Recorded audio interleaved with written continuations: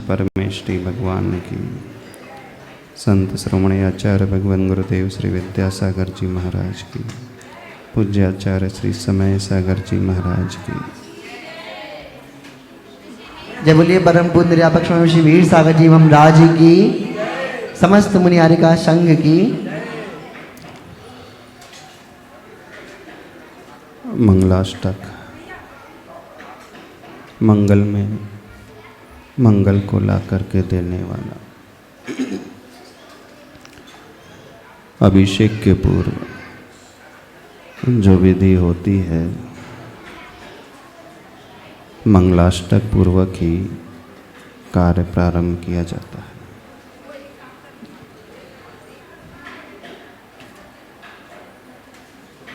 हम हमेशा अपना अच्छा भविष्य चाहते हैं। हर व्यक्ति यही कामना करता है कि मेरे जीवन में सिर्फ मंगल ही मंगल हो।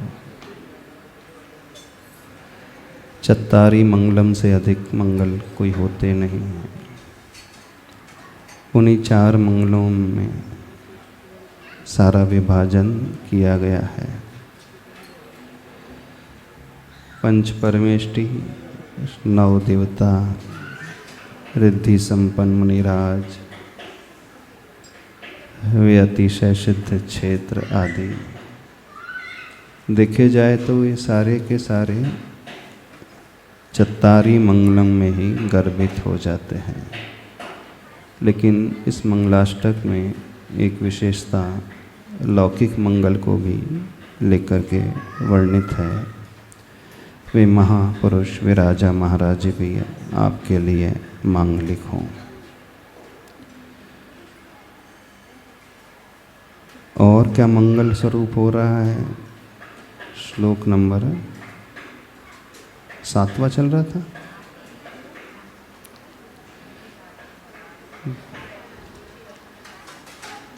यो गर्भावतरोत्सवो भगवतां जन्माभिषेकोत्सवो यो जातः परिनिष्क्रमेण विभवो यह केवलज्ञानभाक् यह कैवल्यपुरप्रवेश महिमा सम्पादितः स्वर्गभिः कल्याणानि च तानि पंच सततं कुर्वन्तु ते मे मंगलम ते मंगलम नो मंगलम।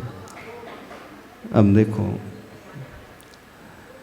अब एक विशेषता थोड़ी सी अलग हट करके यहाँ पर आचार्य भगवान बता रहे हैं। व्यक्ति को ही मांगलिक नहीं कहा, उनकी एक्टिविटी को भी मांगलिक कह दिया गया। प्रभु के पंच कल्याणक भी हमारे लिए मांगलिक होवे। वैसे मंगल करने वाला कोई व्यक्ति होता है, पर यहाँ व्यक्ति को न रख करके उनकी क्वालिटीज़ को रख दिया गया। यह भी एक तरीका होता है भक्ति करने का। अब पंच कल्याणक वो उत्सव जो हो रहे हैं, वो हमारा मंगल कैसे कर लेंगे? वैसे मंगल करने वाले तीर्थंकर भगवान। और एक विशेषता भगवान का गर्भ कल्याणक महोत्सव, गर्भ अवतर उत्सव भगवताम। भगवान का गर्भ कल्याणक हो रहा है और वो मांगलिक हो जाए, अटपटा सा नहीं लगता? असंयम की क्रिया है वो। संयम की क्रिया है कि असंयम की क्रिया है? कोई जीव गर्भ में आ रहा है,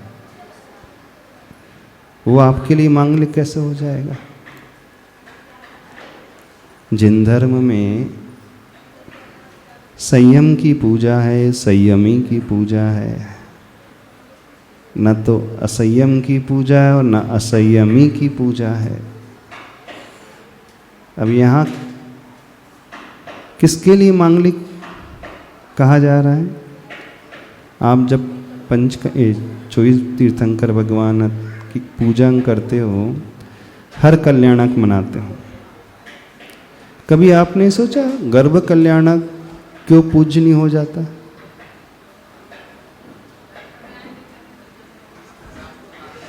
गर्भ कल्याणक में किसकी पूजा करते हो आप? किसकी पूजा कर रहे हो? तीर्थंकर भगवान की। तो आने वाले भगवान की पूजा करना है ना, तो गर्भ कल्याणक की पूजा क्यों होने लगी? कभी प्रश्न नहीं उठता? अब वो जीव तो अभी नजर भी नहीं आ रहा है,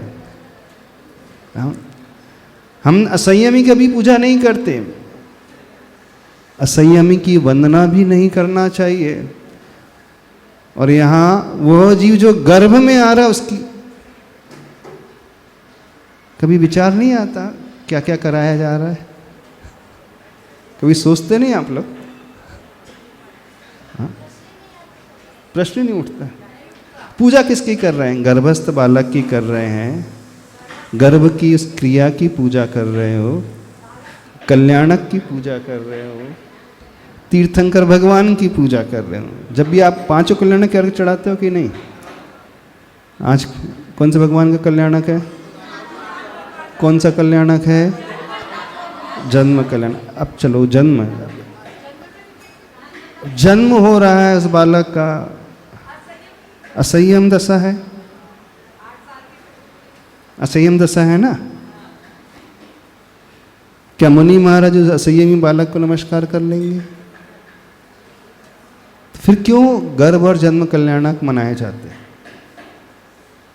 और क्यों आप लोग अर्घ चढ़ाते हो? क्या बोलते हो? ओम ह्रीम कुंतुनाथ जिनेन्द्र गर्भ कल्याणक मंडिताय, यही कहते हो? ध्यान से पढ़ना क्या लिखा है। जब अर्घ चढ़ाते हो गर्भ कल्याणक अथवा जन्म कल्याणक का, क्या पढ़ते हो उसमें आप? गर्भस्थ तीर्थंकर की पूजा है, गर्भ कल्याण मंडिताय, गर्भ कल्याणक से जो मंडित है वह तीर्थंकर पूजनीय है। पूजा तीर्थंकर की हो रही है, पूजा गर्भस्थ बालक की नहीं हो रही। ऐसे तीर्थंकर जिन्होंने गर्भ कल्याणक को प्राप्त किया, उस अवस्था को प्राप्त किया, पूजा जो है तीर्थंकर की हो रही है। सोचो, अच्छे से सोचो, देखो पढ़ो क्या लिखा है। गर्भ अवतरिता है, तो गर्भस्थ दशा की पूजा हो रही। जन्म हो गया, जन्म कल्याणक मंडिता है, कुंथुनाथ जिनेन्द्र है, पार्श्वनाथ जिनेन्द्र है। ऐसा सोचा करो कभी, आखिर हम किसके लिए अर्घ्य चढ़ा जाते हैं? जबकि सत्य यह है हम असंयम दशा में किसी जीव की पूजा नहीं करते, और पूजना भी नहीं चाहिए। फिर क्यों हम गर्भ कल्याणक मनाने बैठ जाते, जन्म कल्याणक मनाने बैठ जाते? और तो और छायिक सम्यक दृष्टि जो देव होता है सौधर्म, वो बालक का भी अभिषेक करने के लिए बैठ जाता है, और अभिषेक ही नहीं करता, गंधोदक भी लगाता है।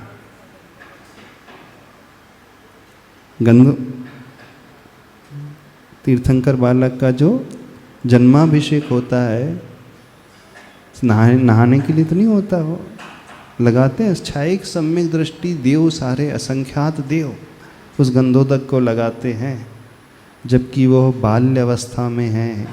कोई संयम उस जीव ने धारण नहीं किया, फिर भी अभिषेक हो रहा है। आप लोग जो अभिषेक करते हो, किसका अभिषेक करते हो? जन्माभिषेक करते हो कि प्रतिमाभिषेक करते हो? प्रतिमाभिषेक करते हो, जन्माभिषेक तो नहीं करते। और सौधर्मेंद्र कौन सा अभिषेक करता है? जन्माभिषेक। सौधर्मेंद्र छायिक सम्यक दृष्टि होता है, एक भवावतारी होने वाला है, असंयम दशा में अभिषेक कर रहा है।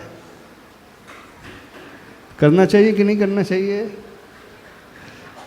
नहीं, आपको तो प्रतिमा का ही अभिषेक करना है। अरिहंत भगवान जो 4 घातीय कर्मों को नष्ट कर चुके हैं, उस 13वें गुण स्थानवर्ती अवस्था में पहुंच चुके हैं, स्थापना निक्षेप से जो अर्यंत बन गए हैं, उनका अभिषेक। लेकिन वे सारे देव उस बालक का अभिषेक कर रहे हैं और वह उनके लिए मांगलिक है। गर्भ में आ रहा है वो जीव, गर्भ कल्याणक भी मांगलिक है। क्यों इन्हें मंगल के स्वरूप में स्वीकारा गया है? क्यों इन कल्याणक के अर्घ आप चढ़ाते हो? गर्भ और जन्म कल्याणक के, दीक्षा कल्याणक से तो पूज्यता आ जाती है, वो तो कोई डाउट नहीं है उसमें। लेकिन प्रथम दोनों कल्याणक में कोई पूज्यता नहीं आती उनमें। फिर भी जब भी पूजा की जाती है, पंच कल्याणक की पूजा की जाती है। क्यों की जाती? कौन हमें बताएगा? कौन हमें बताएगा?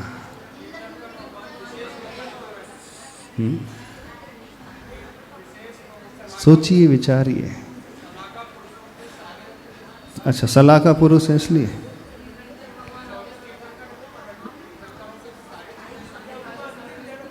अच्छा, अंतिम गर्भ है, अंतिम जन्म है, इसलिए असंयम दशा में पूजनीय हो जाएंगे कि नहीं होंगे?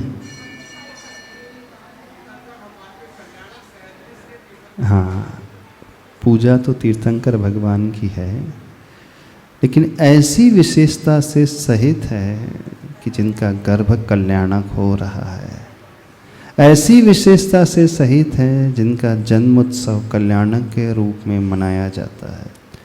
भले ही अभी वह तीर्थंकर प्रकृति के उदय को प्राप्त नहीं हुए हैं। तीर्थंकर प्रकृति 13वें गुण स्थान में उदय में आएगी। भले ही उन्होंने दीक्षा भी ग्रहण नहीं की है, असंयम दशा में होते हुए भी उस बालक का जब जन्म होता है तो तीनों ही लोक में क्षोभ आनंद छा जाता है। नारकी भी उस क्षण के लिए शांति का अनुभव करते हैं। उस पल में वे अपने कष्टों को भूल जाते हैं। पूजनी दशा बाद में आएगी, लेकिन अभी अपूजनी दशा होते हुए भी उसका प्रभाव इतना अधिक होता है कि वह हमें उस दशा को लेकर के, उस दशा की ओर इंगित कर रहा है कि वो इतना महान पुण्यशाली जीव, इतना महान पुण्यशाली जीव है। हम उनकी असंयम दशा की पूजा नहीं कर रहे हैं, दशा तो उसको याद कर रहे हैं, पूजनी दशा को, लेकिन यह पल भी संसार के लिए कल्याणकारी हो जाता है, मांगलिक हो जाता है। गर्भ में आना भी उनके लिए मांगलिक हो जाता है, संसार के लिए मांगलिक हो जाता है। गर्भस्थ बालक की पूजा नहीं, जन्म ले लिया बालक की पूजा नहीं, लेकिन यह दशा उसे वहां तक ले जाएगी। उस दशा को हम पूज रहे हैं, लेकिन इस विशेषता से संपन्न है, इसलिए गर्भ और जन्म कल्याणक को पूजनीय मान लिया गया है। अंतर समझने की कोशिश करना। वैसे ये दशा असंयम की दशा है, और गर्भ में आना एक प्रकार से कैसी दशा है? वो तो जाहिर भी नहीं की जानी चाहिए। जाहिर की जानी चाहिए, अच्छे मैनर्स माने जाते। बताइए, मैनर्स माने जाते हैं। गर्भ में आना अर्थात संसार बढ़ना, तो संसार का सूचक है। संसार का सूचक होते हुए भी कुछ ऐसे महात्मा होते हैं कि वह उनका अंतिम गर्भ अथवा उस विशेषता को वो ले आने वाले, दिखलाने वाले, तो उस विशेषता से संपन्न तीर्थंकर भगवान हमारे लिए मांगलिक हो जाते हैं, अथवा वह गर्भ कल्याणक और जन्म कल्याणक भी मांगलिक हो जाता है। अंतर समझना दोनों में। यो गर्भ अवतर उत्सव भगवताम और जन्माभिषेकोत्सवो, दोनों ही उत्सव है। यो जातः परिनिष्क्रमेण विभवः, परिनिष्क्रम तो दीक्षा वाली बात हो गई, त्याग वाली बात हो गई, तप वाली बात है। यह केवल ज्ञान भाग, केवल ज्ञान को उन्होंने पा लिया है उस पात्रता से। यह कैवल्यपुर प्रवेश, कैवल्यपुर अर्थात मोक्ष धाम। कौन सा नगर है, कौन सा पुर है? कैवल्यपुर, मोक्ष धाम की महिमा से समाहित, इन सारी महिमाओं से जो मंडित है, स्वर्ग आदि भी, स्वर्ग में रहने वाले वे देवता भी कल्याण करने वाले हों। पंच सततम, ये पांचों ही कल्याणक जो है मांगलिक हो जावे। स्वर्ग में रहने वाले देवता जिनकी पूजा कर रहे हैं, पंच कल्याणक की सारी प्रक्रिया आपके लिए मंगलमय हो। दूसरी दृष्टि से उनकी वह क्रिया भी संसार को एक अच्छी शिक्षा दिखलाने वाली क्रिया है। अब दूसरा पक्ष, अब यहाँ पूज्यता का पक्ष नहीं है। कौन सा पक्ष है? जन्म कैसे लिया जाना चाहिए और गर्भ धारण कैसे किया जाना चाहिए, वह भी एक मांगलिक क्रिया हो जाती है। समझ में आ रहा हम क्या कह रहे हैं? शायद समझ में नहीं आ रहा होगा। हर दंपत्ति, माता पिता जब बनते हैं तो गर्भ में आने वाले उस जीव के कारण बनते हैं।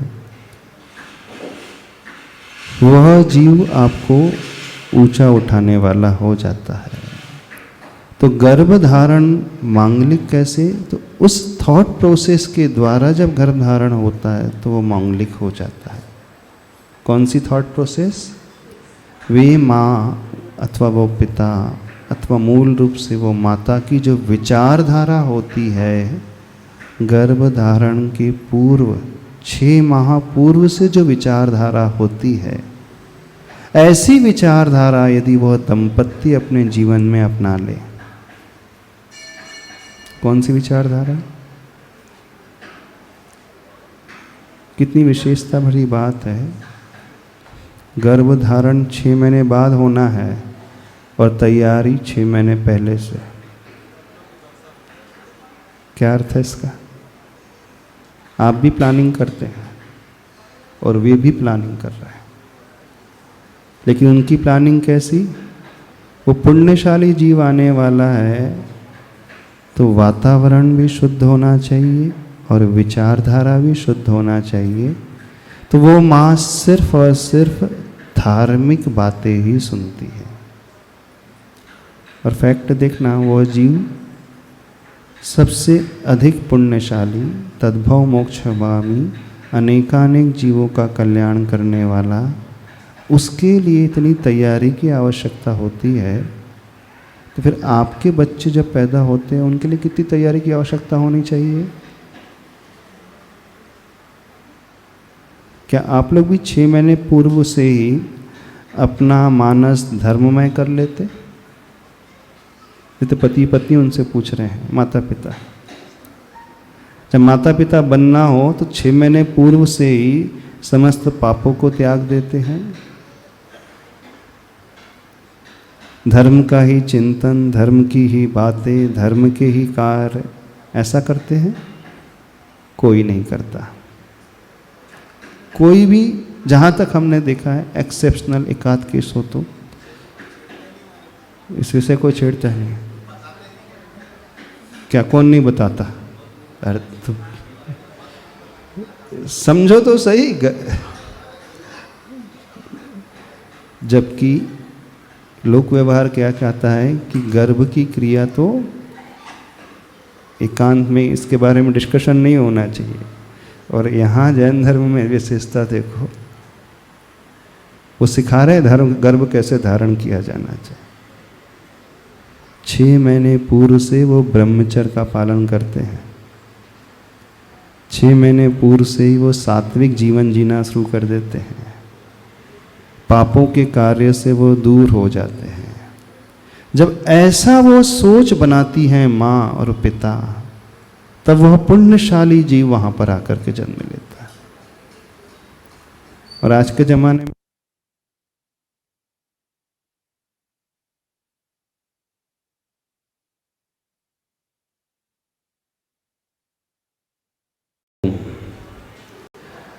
जो विषय हम रख रहे थे, अलग प्रकार का विषय, थोड़ा सा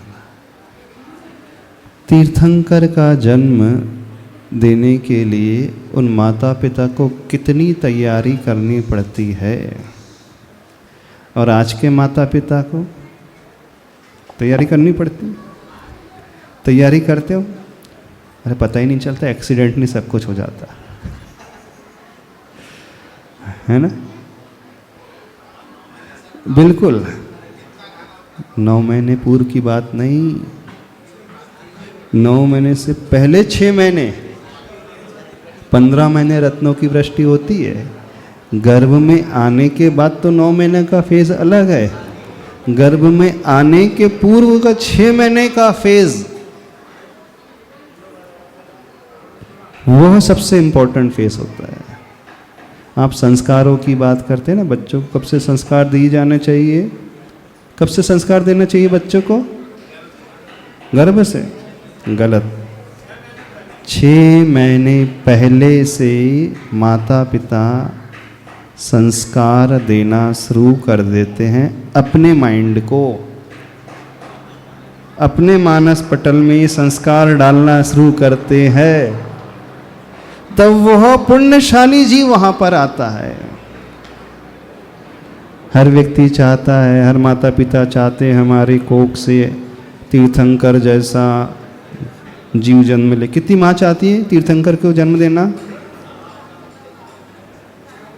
अच्छा तीर्थंकर तो बहुत दूर हो गया, अच्छा जैसे बालक को जन्म देना कितनी माँ चाहती है? तैयारी है ऐसी? इतना संयम रख पाओगे? नियम से वहीं पर पुण्यशाली जीव आता है जो 6 महीने पहले से संयमित हो जाता है। सभी प्रकार का संयम वहां पर, सब प्रकार के संयम की बात चल रही है। मन का संयम, शरीर का संयम, इंद्रियों का संयम, तब कहीं जाकर के वह जीव आता है। समझो इसके रहस्य को, बड़ा रहस्य है इसमें। इसे जिसने समझ लिया, बहुत बड़ी बात समझ लिया, तो वह गर्भ कल्याणक इस कारण मांगलिक हो जाता है कि आचार्य भगवान सिखा रहे हैं आप गृहस्थों को तीर्थंकर जैसे पुण्यशाली जीव को जन्म देने के लिए कैसी प्रक्रिया अपनाना है, और आप पुण्यशाली जीव को जन्म देना चाहते तो आपको क्या सोच अपने भीतर पैदा करना चाहिए। और जहाँ तक हम समझते हैं कोई पेरेंट्स नहीं सोचते, कोई पेरेंट्स नहीं सोचता। हमने तो किसी को देखा नहीं, कोई पेरेंट्स इस बारे में विचार ही नहीं करता। करता है? आप भी माता पिता बने, आपने कभी विचार किया? किसी माता पिता ने विचार नहीं किया। क्यों नहीं किया?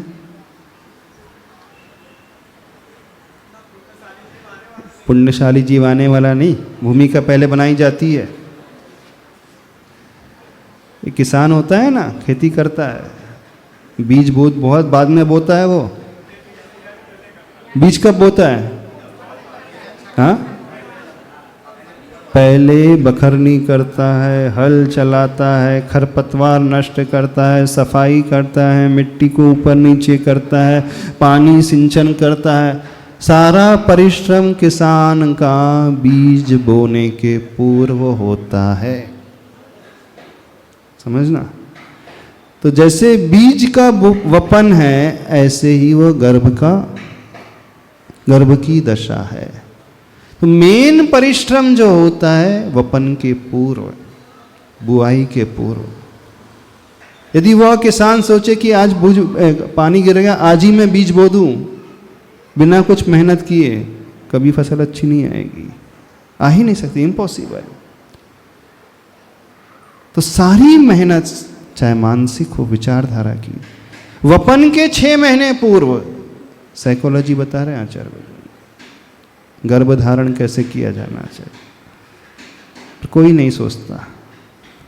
कोई खरपतवार दूर नहीं करता, कोई पानी सूझता नहीं है, कोई मन के कचरे को पहले दूर नहीं करता, कषाय के भावों को दूर नहीं करता, क्षमा की सिंचाई पहले करता नहीं है, मांगलिक विचारधारा की दवाई कोई डालता नहीं है, नहीं डालता ना। फिर कौन तीर्थंकर तो पैदा नहीं होगा, कौन पैदा होगा बताओ, कौन कैसा जीव पैदा होगा, कैसा जीव होगा? कंस जैसे ही पैदा होगा, और क्या होगा? कंस जैसे जीव को पैदा करने के लिए कोई तैयारी की आवश्यकता नहीं, क्योंकि आप वो कर ही रहे हो, दिन रात उसी में लगे हैं, दिन रात हिंसक वातावरण में डूबे हुए हैं। तीर्थंकर जी जैसे जीव को लाने के लिए माता पिता का पुरुषार्थ। और फैक्ट समझना, सत्य यह है कि तीर्थंकर स्वयं इतना उपादान मजबूत लेकर के आता है, उसे कोई आवश्यकता नहीं है, लेकिन फिर भी उन माता पिता को उस निमित्त को बनाने की आवश्यकता पड़ गई। तीर्थंकर जैसा उपादान किसी का नहीं होता दुनिया में। कभी वो जीव भटक नहीं सकता, गलत रास्ते पे चल नहीं सकता, माता पिता कुछ ना भी करें तो स्वयं अपने दम पर सब कुछ लेकर के आता है। क्या आवश्यकता पड़ गई उन माता पिता को 6 महीने पूर्व तैयारी की? क्या आवश्यकता पड़ गई उन देवियों को, उन मां की मानसिकता को धर्ममय बनाने की? क्या आवश्यकता पड़ गई? बड़ा चिंतनीय विषय है, सोचा करो आप लोग, विचार करें। ऐसे ही कुछ नहीं होता है, इसलिए वो गर्भ कल्याणक आपके लिए मांगलिक हो जाता है। गर्भ का उत्सव मंगलमय। अभी हम पूज्यता की बात नहीं कर रहे हैं, सामान्य से सांसारिक क्षेत्र की बात कर रहे हैं। फिर वो जन्म का उत्सव ही मांगलिक हो जाता है, जन्म कल्याणक। कोई संयम लेकर के नहीं पैदा होता तीर्थंकर, फिर भी उनका जन्म नरकों में शांति ला देता है उस क्षण। सारे देवताओं के आसन कंपायमान हो जाते हैं, सारे देवता खड़े हो जाते हैं। आपके घर में बच्चे का जन्म होता है, कौन बजाने वाला आता है? बुलाना पड़ता होगा बाजे वालों को, बुलाना पड़ता होगा, ढोल वालों को दो बुलाना, और वहाँ पहले से लाइन लगा के खड़े हैं करोड़ों वाद्य यंत्र लेकर के। तो वह जन्म भी मांगलिक है। इस दृष्टि से थोड़ा सा समझने की कोशिश करें। तो गर्भ कल्याणक, जन्म कल्याणक, यो जातः परिनिष्क्रमेण विभवा। परिनिष्क्रमण अर्थात सब कुछ त्याग देना, संपूर्ण रूप से त्याग करके निकल जाना दीक्षा के लिए। ये तो मांगलिक समझ में आ ही जाता है। जो दीक्षित होना चाहता है अथवा जो जीव भाता है, जीव भावना भा रहा है कि मेरे हाथ में भी कभी पिच्छी कमंडलू हो, मैं भी संयम के मार्ग को अपना सकूं, इस दुनिया से जाऊं तो असंयम दशा में ना जाऊं, 5 पापों का त्याग करके इस दुनिया से प्रयाण करूं, संथारा और संलेखना पूर्वक इस देह को मैं छोड़ूं। जो दीक्षित होना चाहता है अथवा ये भाव भाना चाहता है कि मैं इस भाव में कभी ना कभी उस पथ को अपनाऊं, तो विशेष रूप से प्रभु के जन्म कल्याणक को मनाना चाहिए। और जहाँ तक हमारा सोच है, इन 3 कल्याणक में सबसे महत्वपूर्ण कल्याणक होता है दीक्षा। इस कल्याणक सबसे महत्वपूर्ण, सबसे इंपॉर्टेंट दीक्षा कल्याणक। बाकी तो फल है, रिजल्ट है। सारा परिश्रम तो इसमें है, ये मार्ग है। बाकी तो परिणाम आ रहा है, केवल ज्ञान तो रिजल्ट है। और क्या है? मोक्ष रिजल्ट है। सबसे इंपॉर्टेंट होता है दीक्षा कल्याण, तप कल्याणक। इन 5 कल्याणक में सबसे अच्छे से पूजा करना चाहिए तप कल्याणक की, जहां तक हमारा विचार है, क्योंकि वो हमारे लिए उपयोगी है। उससे हमारा मानस उस ओर हो अग्रसर होगा, उस प्रकार की साधना को चाहने वाला होगा। और होता थोड़ा अलग है। हर व्यक्ति मोक्ष कल्याण की पूजा बहुत अच्छे से करता है, केवल ज्ञान कल्याण को बहुत अच्छे से मनाता है, और दीक्षा कल्याण को इतना अच्छे से नहीं मनाता। आप लाडू चढ़ाओगे से मोक्ष कल्याण के लिए तो तैयारी करोगे, कभी दीक्षा कल्याण की भी तैयारी करते हो? दीक्षा कल्याण की तैयारी भावों से होगी तो हमारा मन कहेगा कि मुझे भी ऐसे ही दीक्षित होना है। कभी मुझे भी 5 पापों को त्याग करना है, संसार को त्याग करना है, साधुपने को अपनाना है। ये डायरेक्ट इफेक्ट डालने वाला है। और विडंबना है ये है कि हर व्यक्ति मोक्ष कल्याण की पूजा सबसे अच्छे से करता है और दीक्षा कल्याण को भी मनाता है, पर उन भावों से भर करके नहीं मना पाता है जिन भावों से भर करके वो मोक्ष कल्याण को मनाता है। सत्य यही है ना? मंजिल नहीं, यदि हम मार्ग चाहेंगे तो मंजिल तो अपने आप मिल जाएगी। रास्ते को चाहोगे तो मंजिल तक स्वतः ही पहुंच जाओगे। आपकी भावना हमेशा मंजिल को ही है चाहने की होती। ठीक है, मंजिल एक बार सोच ली, लेकिन कदम रास्ते पर ही बढ़ाए जाते हैं। मंजिल तो फिर फ्रूट है, फल है। फल पाने के लिए ज्यादा मेहनत नहीं करना पड़ता। बीज से फल तक पहुंचने में सारा परिश्रम होता है कि नहीं? किसान का सारा परिश्रम बीज वपन से पूर्व, और धीरे धीरे वो अंकुरन फूटता है, पौधा आता है, वृक्ष बढ़ता है, फूल आता है, बाद में फल। सारा परिश्रम निचली दशा में, सारा परिश्रम उन जड़ों को गहराई तक पहुंचाने में।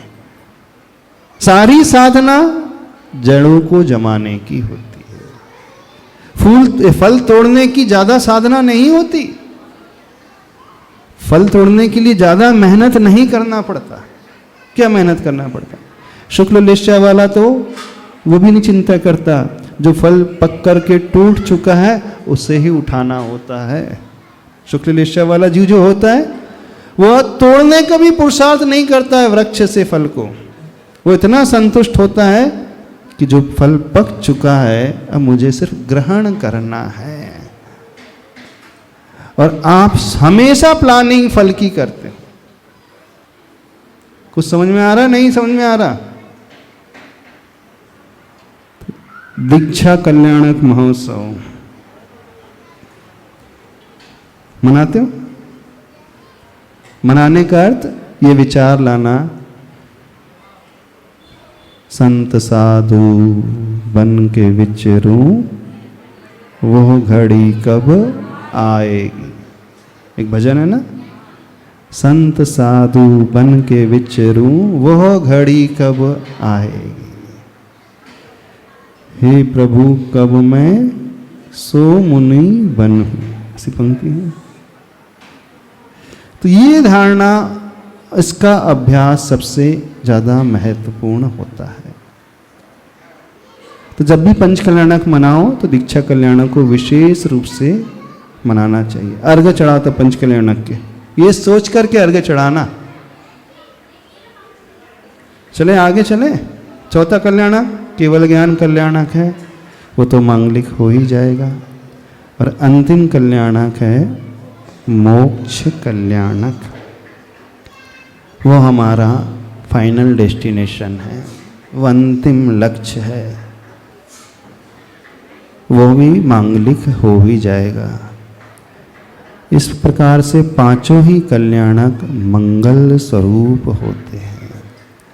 अब इनसे पूर्व वाले श्लोक में जो मंगल की भावना भाई थी, कथनचित संसार को लेकर के मांगलिक पने की भावना भाई थी। अब इस श्लोक में जो भावना भाई है, सिर्फ मोक्ष मार्ग और मोक्ष को लेकर के भावना भाई है। इससे पूर्व श्लोक तक कथनचित धर्म पुरुषार्थ था, अब यहाँ पर पूरा मोक्ष पुरुषार्थ आ गया। अंतर समझना। वैसे गर्भस्थ दशा में भी एक काम पुरुषार्थ भी आ रहा है, फिर जन्म में जन्म के बाद की यात्रा में अर्थ पुरुषार्थ भी आ जाएगा, पर मुख्यतः यहाँ पर मोक्ष पुरुषार्थ का ही वर्णन है और उसे मांगलिक के रूप में स्वीकार किया गया है। तो जब यह श्लोक पढ़ो मंगलाष्टक का, तो इस प्रकार से भावना भाना चाहिए। ये सभी कल्याणक कुर्वन्तु ते मंगलम, आपका मंगल करें, कुर्वन्तु मे मंगलम और कुर्वन्तु नो मंगलम, हम सबका मंगल करें। इतना ही रखें कि और है? हाँ, अंतिम श्लोक पढ़ लें थोड़ा 5 मिनट, इसे समाप्त करें।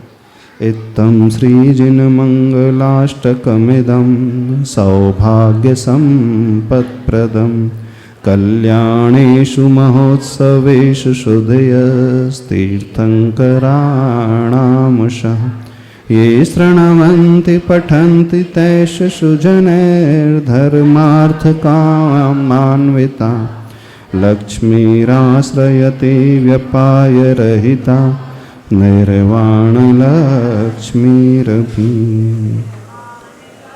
इत्थं श्रीजिन मंगलम, इस प्रकार जो जिन मंगल अष्टकम इदम, यह जिन मंगलाष्टक है, सौभाग्य और संपत्ति प्रदम, सौभाग्य को और संपत्ति को देने वाला है।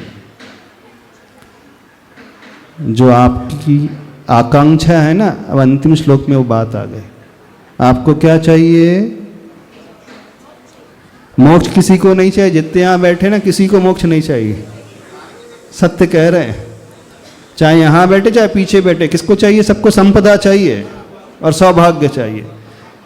अंदर से तो वही चाहते हैं, मोक्ष कोई नहीं चाहता। अच्छा, हाथ खड़े करें, किसको मोक्ष चाहिए? परिवार छूट जाएगा, बच्चे छूट जाएंगे, भोजन पानी छूट जाएगा, सोना चांदी छूट जाएगा, घर संपत्ति छूट जाएगी, यहाँ तक कि शरीर भी छूट जाएगा। क्या करोगे ऐसे मोक्ष जा करके आप?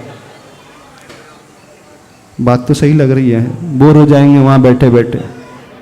तो आपको क्या चाहिए? आपका घर ही चाहिए, परिवार ही चाहिए, सौभाग्य चाहिए और संपदा चाहिए।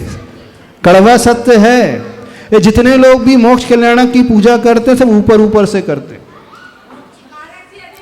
सही बता रहे हैं। जितने भी, प्राय एक्सेप्शन की बात अलग है, बोलेंगे मोक्ष कल्याणक का लाड़ू चढ़ा रहे हैं, लेकिन चाहिए किसी को नहीं मोक्ष। बोले महाराज जी, इस भाव में तो घर परिवार अच्छा चाहिए, अगले भाव में देख लेंगे मोक्ष। पंचम काल में तो वैसे ही मोक्ष नहीं होता है। तो जब हम चौथे काल में पैदा होंगे ना, जब तीर्थंकर भगवान रहेंगे, उनका समोसरण मिलेगा, रिद्धि संपन्न मुनिमारन मिलेंगे, उस भाव में हम मोक्ष के बारे में विचार कर लेंगे। इस भाव में तो क्या चाहिए? सौभाग्य और संपदा ही चाहिए। अंतरंग की भावना प्राय सबकी यही होती है। ऊपर ऊपर से कहता है मोक्ष कल्याणक प्राप्त है, फलम निर्वपामेति स्वाहा, अंदर से नहीं कहता। कड़वा सत्य है। 99% लोगों की धारणा बिल्कुल यही है। सही कह रहे हैं कि नहीं? बताइए। जो है अंदर से वो बता देना, ऊपर ऊपर मत कहना। ये मंगलाष्टक आपको सौभाग्य और संपत्ति दोनों देने वाला। अब आपके काम की बात आ गई। और आप मुनि भी बनना चाहते हैं ना, साधु भी बनना चाहते हो, तो कब बनना चाहते हो? जब पूरा सब कुछ हम कर लें, सारी जिम्मेदारी से ऊपर उठ जाए, सब ऐशो आराम हम भोग लें, सारी दुनिया को घूम फिर लें। हाँ, अब जो है रिटायर हो रहे हैं, आखिरी समय में जब कुछ करने को ना रहे बोले हाँ अब मुनि बन जाना चाहिए, ये ऐसे है ना, जिंदगी अच्छे से ऐशो आराम में निकाल दो और बोले बस अंतिम समय में भगवान पीछे हाथ में आ जाए। सब इस प्रकार का रास्ता चाहते हैं, मैक्सिमम लोग इसी प्रकार का रास्ता चाहते हैं। बोले जब तक शरीर में शक्ति है, युवावस्था है, तब तक एंजॉयमेंट कर लें। फिर बोले बाद में बुढ़ापे में करना क्या, बुढ़ापे में हम दीक्षा ले लेंगे। आचार्य भगवान कहते हैं, अथवा छैराला में आती ना, जब लो न रोग जरा गहे तब लो झटित निज हित कर। जब तक रोग ना आ जाए, वृद्धावस्था ना आ जाए शरीर में, तभी तक हम अपना हित कर सकते हैं। बुढ़ापे में कुछ नहीं होता है सिवाय कमर झुकने के, गर्दन हिलने के और लार टपकने के। कुछ नहीं होता है।